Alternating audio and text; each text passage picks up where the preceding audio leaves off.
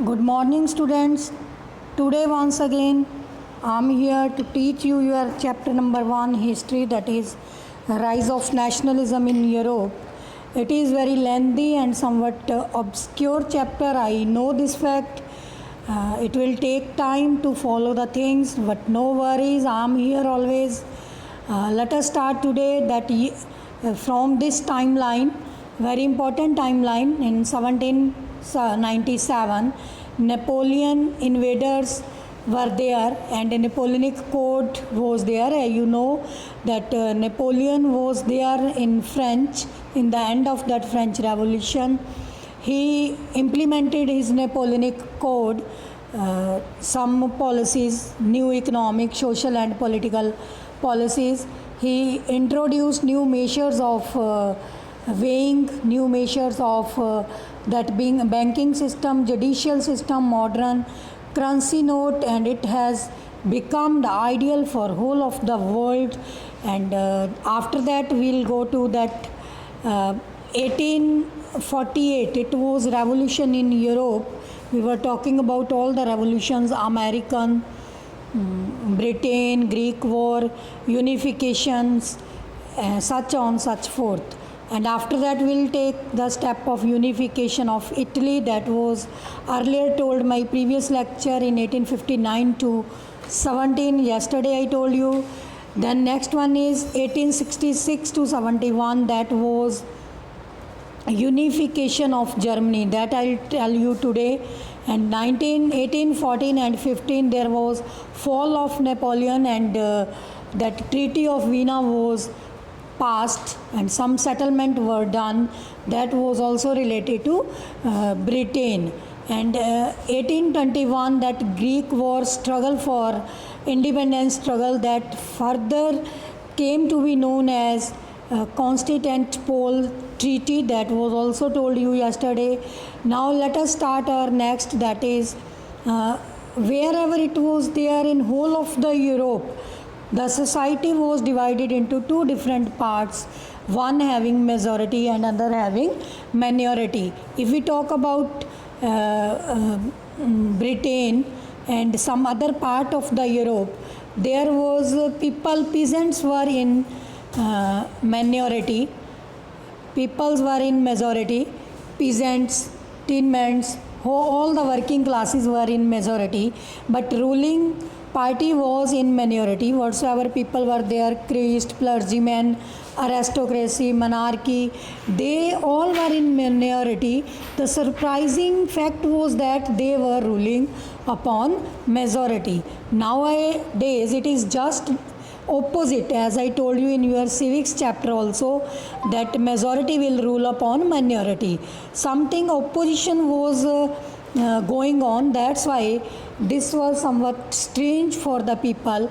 As we have studied French Revolution many in your 9th class, Russian Revolution, and wherever we see, every time loss is there for middle class people.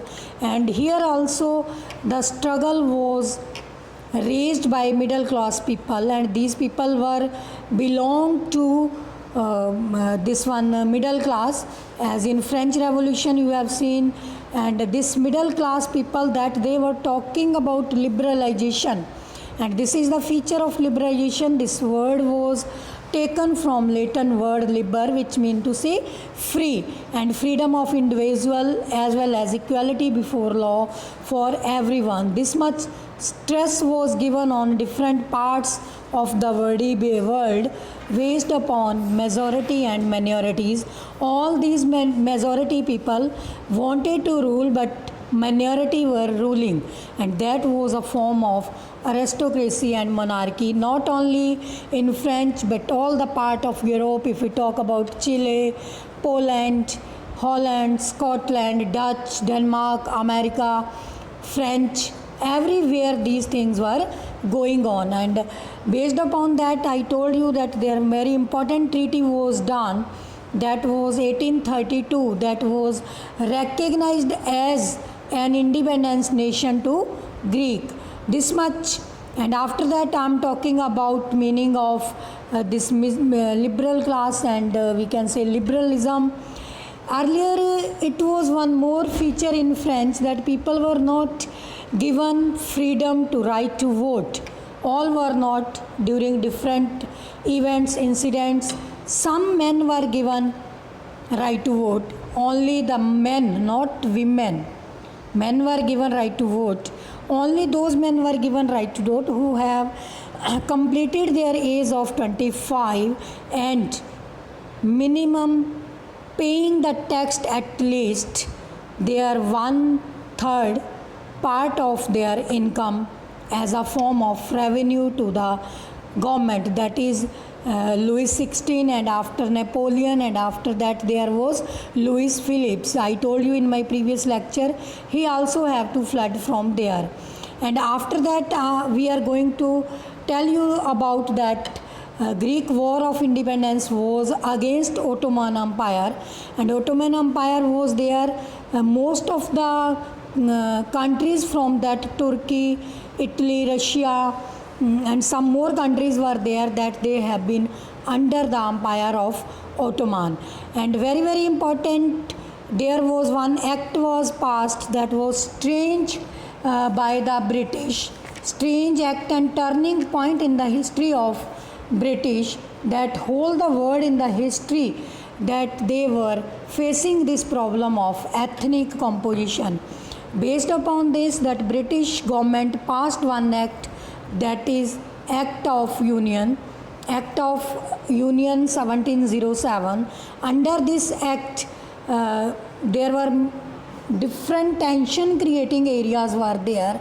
As soon as this British increased its power in the other countries of the world, the whole पूरा जो British था उनके और भी इरादे और भी बुलंद हो गए थे. वो चाहते थे कि पूरे वर्ल्ड पे हम लोग राज करें.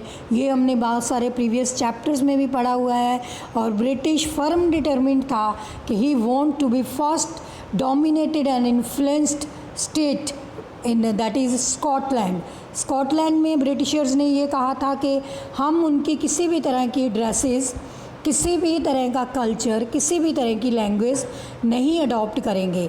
तो इस चीज़ को डोमिनेट करने के लिए उन्होंने अपना ये एक्ट ऑफ यूनियन 1707 बना दिया था. और ब्रिटिश में एज वी नो, ब्रिटेन में as we know the different type of people were living there. Williams, this one we can say English, and some more communities were there, and they played their game. British government played their game very we can say sunshiningly. बहुत ही उभरते हुए पहरेदारों से उन्होंने ये अपनी game खेल ली थी. पूरी वर्ल्ड को उन्होंने रिवोल्ट शो कर दिया था. और इन्हीं सब चीज़ों के चलते हुए जो अपनी गेम खेल रहे थे, वहाँ पे एक Balkan region, that is known as region of tension creating areas.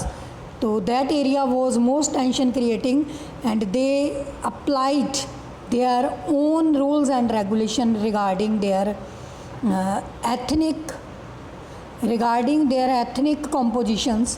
And these compositions were very much we can say having diversity. And Balkan region in 1871 were under the control of Ottoman Empire. Ideas of romanticism, nationalism spread whole of the Balkan region, and this Balkan region wanted to get separated and wanted to be known as free nation from there. But this thing was not tolerated by the Britishers. They don't want to lose this, and for this they have whole of the British get combined under the Act of Union 1707. That's why it plays very important role in the history of British, And I would like to tell you here something more, but in my next video, please take care of all these things. Prepare your notes accordingly. I will tell you in my next video. Thank you.